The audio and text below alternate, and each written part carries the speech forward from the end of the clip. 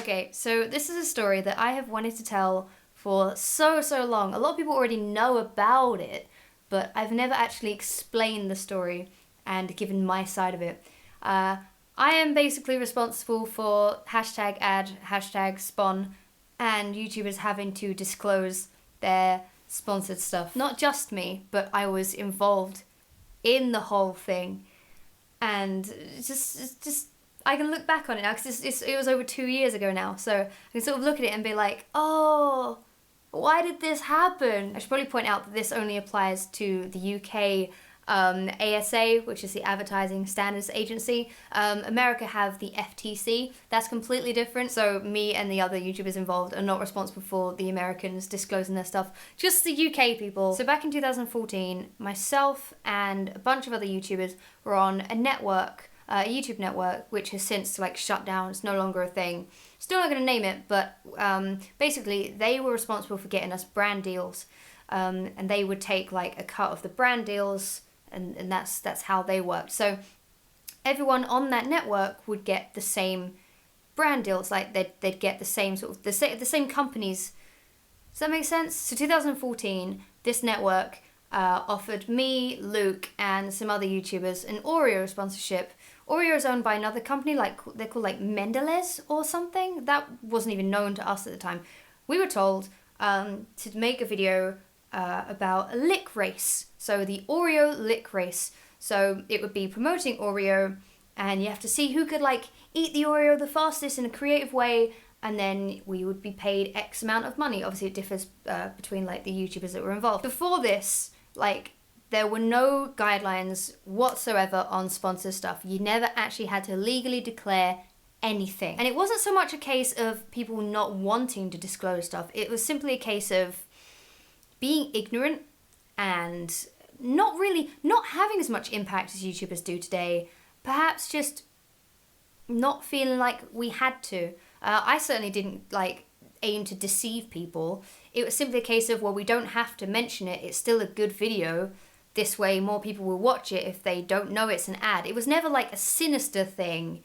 It was more just a kind of, there aren't any rules. So, the network at the time would give us the briefing. So what we could include, what we couldn't include. And all we were told was that we had to include in the description, thanks to Oreo for making this video possible. That was the bare minimum that anyone needed to put. If you look at any videos before 2014, sponsored videos that haven't been altered, they'll say something like that. Thanks to so-and-so for making this video happen. So the video that I made with Luke, we uploaded it, talked about Oreos, licked some Oreos, and put that in the description. Thanks to Oreo for making this video happen. I'd done brand deals before, everyone had done brand deals before, it wasn't a big deal. So we just uploaded it and everything was fine. A few days later, Luke and I were down in Brighton. We were visiting Felix and Marcia for the first time. It's the first time we'd ever met them, and we stayed in a hotel overnight, and we woke up the next morning to lots of texts and voicemails from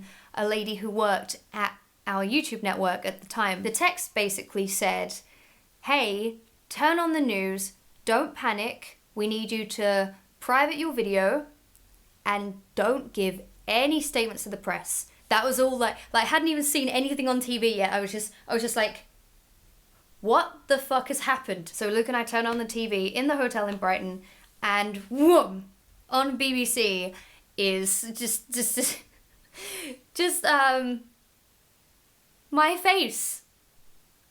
And the other YouTubers who were involved, our video clips were being shown.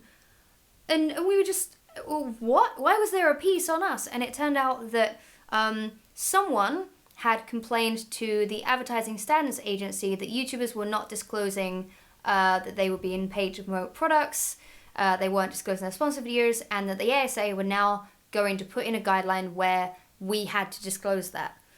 Which is, by the way, I want to say, fine. I'm fine with it. I'm okay with it. And we should have been doing it from the start. That's genuinely how I feel now. And, from that point on, I've always made a big point of putting the word ad really big in the thumbnail or ad in the title. I want people to know when my post is sponsored. So at this time, though, we were all kind of freaking out. The network was freaking out. I was freaking out. Luke was freaking out. were just like, oh my goodness, we had like email requests for like interviews. Our faces were all over the news. It went from being the BBC to like the Daily Mail and just tons and tons of news articles, and it was just horrible. So it turns out that a reporter, I don't know if they were from the BBC or not, it would make sense, I don't know, so I'm not going to say that it was. A reporter contacted the ASA because they took issue with the fact that we were clearly sponsored and we didn't have to say anything. They went to the ASA to complain, and the ASA told them, well, we can't look into it unless you file a report, like a complaint. So that reporter did that. They filed a complaint to get a story, which is okay, because it's led to more clarity for you guys, which is great. But at the time, like, all of us were really kind of like, really? Like, there's this war going on, there's corrupt politicians, and this is what we're focusing on? So a couple of days later, the ASA released the guideline that YouTubers had to put ad in the thumbnail or title or both, basically letting people know something is sponsored before they click on it. Again, I'm completely in favour of it. For the next like year or so, there was a lot of confusion because a lot of brands were very angry about it. A lot of brands were getting away with getting more views from people because people were clicking not knowing it was an ad. So a lot of brands were trying to be sneaky, being like, oh yeah, can you make like ads smaller in the thumbnail? Can you make it a bit more like transparent? You know, like I've had requests to do that. I've had brands tell me to edit out the first sentence of my video where I've said this video is sponsored. Oh, a lot of brands do that. They say, can you just say it's an advertisement because the word sponsored implies that we've paid you. It's like, but you have paid me. We should be honest about this stuff now. Now that I've had my name dragged through the mud, now that my face has been on the TV, like, it would be nice if I could be clear about it. I should also point out that the ASA is not a legally governing body. The ASA is simply like a set of guidelines. Like, if you don't put ad or spon or anything, you're not going to get fined or prosecuted. You'll just get shamed. Like, they'll just say, you didn't do this, and then maybe, you know, put it on TV or something. But, like, you don't actually legally have to do anything, but it's obvious that you should. You should want to anyway. So basically there was a report filed, and they found Oreo to be responsible. Oreo apologized, I believe, like Mendelez, the company or whatever, like they were found responsible and they apologized for it because the brand should have known better. They should have insisted.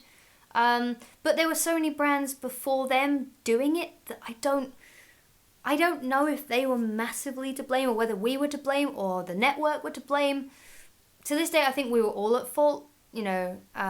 But ever since then, YouTubers have had to disclose their ads. So now you guys have more clarity on, you know, what is an ad and what isn't. And I think we're all better for it. Genuinely, I sounded like kind of dead behind the eyes when I said that. We're all better for it. But we are, you know, I think it's a good thing. And I wish that it didn't come to that. You know, I wish it didn't get to a point where we were on TV being shamed. I wish we'd all been more open and honest and demanded from brands that we were open and honest about stuff.